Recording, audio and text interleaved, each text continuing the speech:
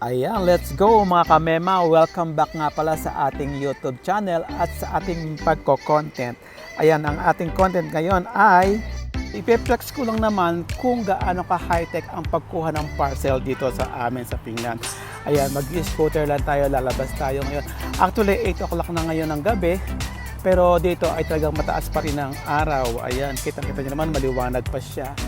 Diyan sa Pilipinas, di ba, pag umu-order tayo yan sa Lazada o sa Shopee, kailangan COD kasi nga mga sigurista ang mga Pinoy. Pero dito sa Finland, kailangan pag umorder ka, babayaran mo muna through bank account or ATM para bago i-deliver. Pero sabi sa akin ng bayo ko at ng friend ko, okay naman daw ang pag-order dito sa famous ngayon na Temu. Actually, marami na akong na-pick up na parcel kasi marami na rin akong na-order mula nga nung natutunan ko umorder, parang naging addict naman ako sa pag-order. Yung sister ko nga, lagi na ako sinasabihan, ako na-addict ka na sa pag-order ng Temu na yan, ayaw mong tagilan ng ka-order.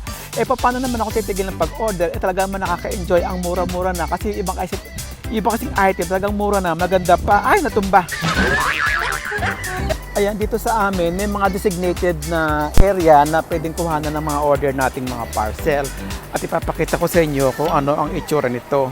So ayan, at dito, high-tech talaga dito. Ang gagamitin mo lang dito ay Bluetooth. Ayan, gamit ang cellphone sa pagkuha ng parcel. Nakakatawa din naman kasi ini-enjoy talaga ng Finland yung features ng mga high-techness ng cellphone. Diba, may Bluetooth, ikinonect nila sa pagkuha ng parcel. Siyempre, talagang nakaka-high-tech. Sana sa Pilipinas ganun din, ano, diba? Kaya lang mahirap din sa Pilipinas eh. Baka pagka merong ganito, nako, sa dami ng loko dyan, eh di baka wasak-wasakin lang yung box o kaya yung mga cabinet na yan para masira. Ayan yung cabinet. Diyan natin kukunin yung parcel.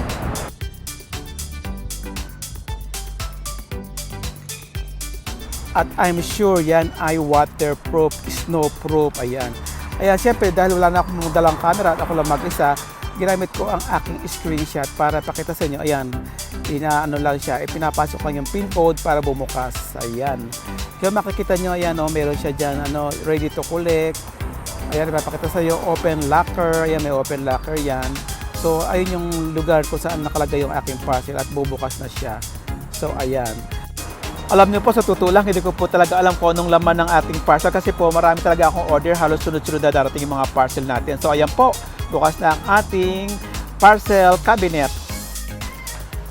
So ayan, nakuha na natin ang ating parcel. Ayan, uuwi na tayo at ipapakita ko sa inyo kung ano ang laman ng ating order na ito. Sa totoo lang kasi talaga hindi ko talaga alam ang laman nito. Ayan, let's check out!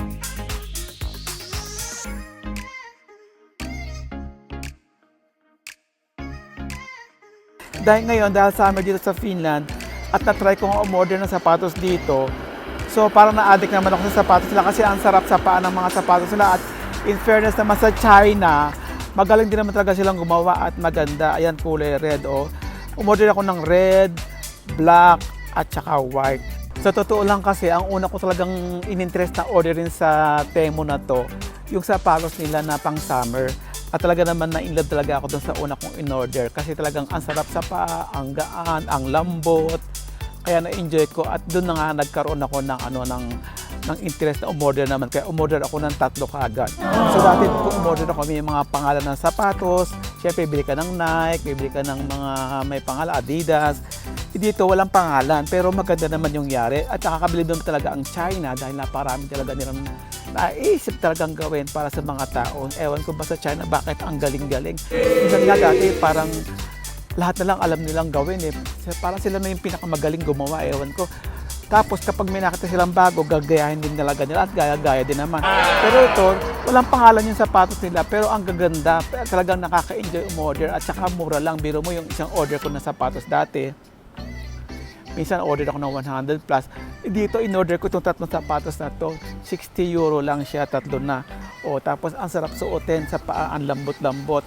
Kaya talaga nakaka-enjoy din. At saka talagang marami rin sila mga magagandang quality. Pero hindi naman lahat ng na-order ko ay talagang magaganda rin. Yung iba kasi medyo palpak din talaga Pero karami ng mga na-order ko, so far naman talagang na-enjoy ko naman yung mga na-order ko.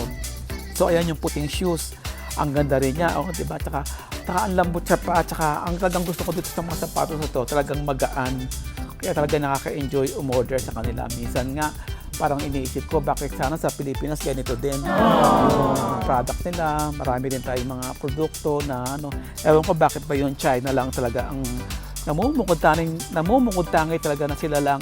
Halos lahat gamit sa bahay. Naku, ewan ko. Puro na lang made in China, made in China. Dati talaga naiinis ako sa China. Lalo na ngayon, di ba? Binubuli yung ating mga sundalo sa Pilipinas. Lalo ako nabubusit. Kaya lang, bakit wala naman tayong magawa? Dahil ewan ko nga ba kung bakit wala tayong magawa. Hay nako. Yung China talaga na yan. Magaling na sana sila kundi sila pamuisit at ako. Ang bubuli eh. Bilib na talaga sana ako sa kanila kasi alam nila lahat. At saka talagang napakagaling talaga sa negosyo. Talagang bilib talaga ako sa China. Wala talaga ako masabi.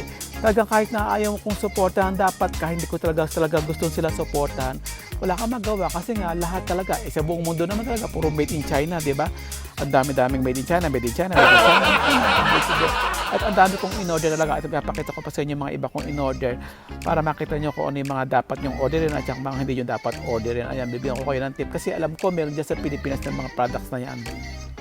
Kasi all over the world nagde-deliver sila kaya papakita ko sa inyo yung mga iba kong na-order. Ayan oh, ito yung belt na to. Ang ganda rin itong belt na to sa totoo lang. Talagang nasatisfied ako sa belt na to. Ang mura lang pero ang ganda. Kaya talagang nakakabilib talaga sila eh. Kaya ano ba magagawa natin? Di talagang masusuportahan talaga natin yung negosyo nila kasi nga na-enjoy naman natin yung mga product nila. So wala talagang tayong magagawa. Ayan, ipapakita ko lang. Actually, ito yung kauna-una ko in-order na sapatos. Talagang nagustuhan ko talaga yung style niya kasi nga very stylish siya. May red, may black, may green.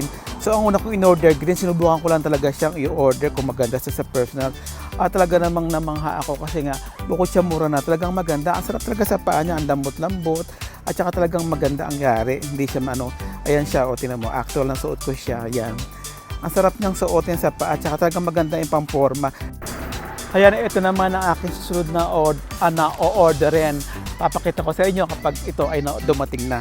Kasi gusto ko itong gamitin at marami ako nakikita mga vlogger o mga nagko-content na gamit nila ito, yung wireless na to na, ano ba ito, lavalier ba yan? Basta, ayan, o-order ako niyan. Order ako ng 3, iba-iba. Kasi marami silang iba-ibang klase. So, titingnan natin kung ano yung maganda. So, ayan, pag meron na, papakita ko sa inyo. Ayan, mga kami, mga ganyan na lang. Bye-bye! God bless!